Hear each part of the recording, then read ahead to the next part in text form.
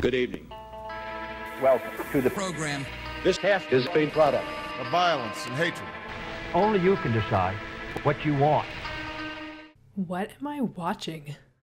Like a large corner of the internet, I've been really into iceberg charts lately.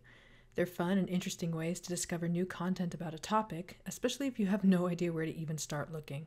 Brainworm's iceberg chart on surreal games has had my interest for a while now, and I was checking out a few entries when I ran across one labeled Radbad.sys. Clicking on the iceberg entry link led to... removed. Searching for Radbad.sys brings up a few results on Google, including a YouTube video and a few Reddit posts. One of the Reddit posts, made to r/weird on October 6th, 2015, appears to be the first mention of this game, complete with a perfectly mid-2010s creepypasta origin story. So today at work, I'm a crew member at McDonald's. I went to run an order out to a car, but had to slow my pace as a bunch of people were entering the door. I accidentally bumped into this guy and felt his hand touch my pocket. When I got back to the grill area, I checked for my phone and cigarettes, fearing I'd been pickpocketed. Everything was there, but now I had this yellow and black flash drive with either Radbald or Radbad written on it. It smells like lavender and onions, if that's even possible to mix. I'm not sure what I should do with it. Maybe that guy dropped it by mistake? Should I turn it over to my managers? This original Reddit post contains several images posted by the OP T Muldoon, likely a throwaway account as it was created the same day as the post, and showed the USB flash drive as well as screen caps of the game itself. There's a brief discussion of the weirdness of what's shown, but not a lot of conversation. Looking at an archived version of the page, the deleted comments appear to be mostly comments with links, including a link to download the game from Mediafire, as well as a YouTube video showing a brief playthrough of Radbad. The next day, October 7th, the same user T Muldoon posted to r/creepy with the same YouTube link, and the descriptions of both the post and the YouTube video are retellings of the same story posted on r/weird the day before. So today I'm at work, I'm a crew member at McDonald's. I went to run an order out to a car, but had to slow my pace as a bunch of people were entering the door. I accidentally bumped into this guy and felt his hand touch my pocket. When I got back to the grill area, I checked for my phone and cigarettes, fearing I'd been pickpocketed. Everything was there, but now I had this yellow and black flash drive with either Radbald or Radbad written on it. It smells like lavender and onions, if that's even possible to mix. I took the plunge. I don't know what to make of this. At first I thought it was a video, now I think it's a game, but the only options are yes and no. Maybe it's a weird art piece. I started going through it, and my computer really started to chug. That, coupled with the what I am to guess was all the weird lights and shit, gave me a real headache. I really do not feel well after playing that. I really feel like I'm gonna vomit. Another YouTube upload was made almost a year later on August 12, 2016 by a different user called Sausage of Birth. This video's description contains a link to download the game, and the link is the same as the deleted comment from the original r/weird post, indicating this is indeed the original version of the file. So of course, I downloaded it. The file doesn't appear to be malicious in any way, both from a scan and the fact that two presumably separate people have videos of it, but I still went the safe route and opened it up on a virtual machine. If you decide to download this game, I suggest you also be cautious, just in case. This game is a total trip. It starts with asking you to press play on your TS6-6QR remote control, and when you hit enter, the screen changes to a video of a boot screen. Interestingly, this appears to be from a Barnes & Noble Nook, both from the copyright info at the top and the use of CyanogenMod, which allows Nooks to be used as Android devices. Then we launch into the intro video, a bunch of very retrowave and vaporwave clips, including one with a phone number on it, which we'll get back to later. The audio is a mix of voice clips that fades into music before the title screen Radbad is seen in crystal clear text. It then helpfully spells out an acronym for us. Random Association Disorder Binary Assistance Diagnosis. And then it thanks us for participating in the experiment. The next screen is a warning, informing the viewer that they'll be responsible for any reactions or epiphanies caused by the experiment. It also warns that video may be recorded and asks for your agreement. If you click yes, the game continues. If you click no, I don't know what I expected.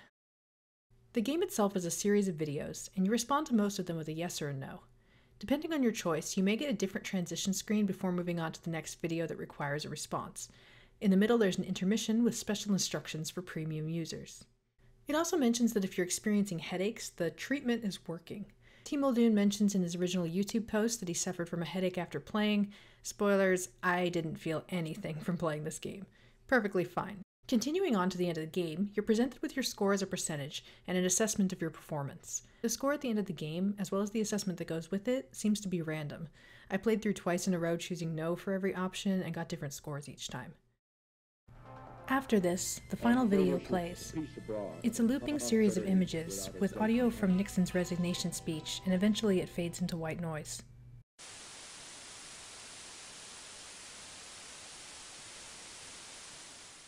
I waited on this white noise screen for a while, hoping that something new might happen, but nothing ever did. So what was that all about? The game itself is pretty vapor and retrowave, at least in terms of aesthetics, from the colors to the palm trees to the VHS home footage. However, the tone is much darker and much more overtly political, as well as more sexual, and some of the clips are very modern as of the time of Radbad's release. So who made this thing? The obvious answer, and the most likely one, would be that the original Reddit poster T. Muldoon is the creator. Their YouTube account, or the YouTube account that they linked to, Rory Vasley, has other activity besides this video, but most of it is just complaining about some guy. However, a few of the videos on the channel are in a vaporwave style or otherwise mention vaporwave, including one that I initially thought from the thumbnail was a Squidward mask, but was actually just a wolf head mask. Disappointing to say the least. But furries aside, clearly Rory is into vaporwave aesthetics, which would be a pretty big coincidence if he were completely unrelated to the creation of this game. The story of how he got it, that a USB was slipped into his pocket, is standard creepypasta fare, and while cases of similar things happening have occurred, such as with 11B-X-1371, it's still very hard to believe. But even though there's probably no mystery when it comes to the creator of the game itself is still an experience, and although some of the visual and audio components of the game have been identified, others haven't. Requests for music make up several of the comment sections of both the original YouTube video and the other playthrough of it posted a year later. Recently, a YouTuber named Clovis Merovingian has been tracking down the music used in Radbad, and has compiled their findings into a playlist. Some of the songs have been identified, but the origins of others are still unknown. When it comes to the video clips and graphics, the clip used in the intro video, which has the phone number overlay, also has a little bit of extra weirdness to it. When I did a search for the phone number in the clip, I found an old archived thread from X, 4chan's paranormal board. It was made on August 11th, 2014, a year before Radbad, and had its own mini creepypasta attached to it. My cousin showed me a GIF related that he found on Tumblr. Apparently everyone who calls the number gets attacked by something. He called it and wouldn't tell me what's on the other end, but he hasn't slept for 4 days. He's a total wreck, keeps babbling on about seeing things in the corner of his eye. I know it's probably all in his mind, but it's starting to freak me out. Anyone heard of this image? Please tell me it's just a dumb meme. The other X-Files assured OP that the number was nothing to worry about, but although I'm sure that's true, since it was X, I couldn't really take their actual explanations for the number at face value. Being unable to find who owned the number anywhere else, I called it myself.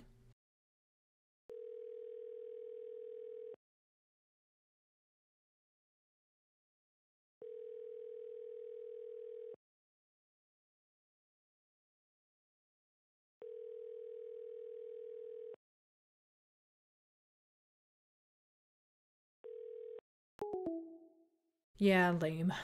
I'm gonna go with it indeed having been a helpline at one point in time, but just one that was shut down a while ago.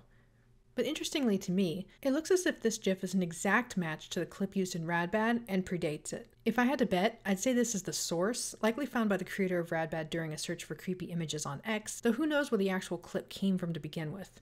Probably some late night recording. Some of the other clips have been identified, such as the anime clip late in the compilation being from the Aum Shinrikyo anime, but as far as I'm aware, many others are completely unknown. So there's still a little mystery there for anyone who wants to go looking for it. In conclusion, would I suggest that you play Radbad? Maybe. As I said, be careful if you do, just in case there's anything malicious hidden in the game, but aside from potential malware, the game itself is fine. It's very weird and definitely not safe for work, but there's nothing traumatizing and nothing that's going to actually hurt you. You may not even get a headache depending on how sensitive you are to the lights. If you want a trippy experience set to some very weird and kind of catchy music, go for it. It's a fun way to kill a few minutes, and maybe some brain cells at the same time. Thanks for watching.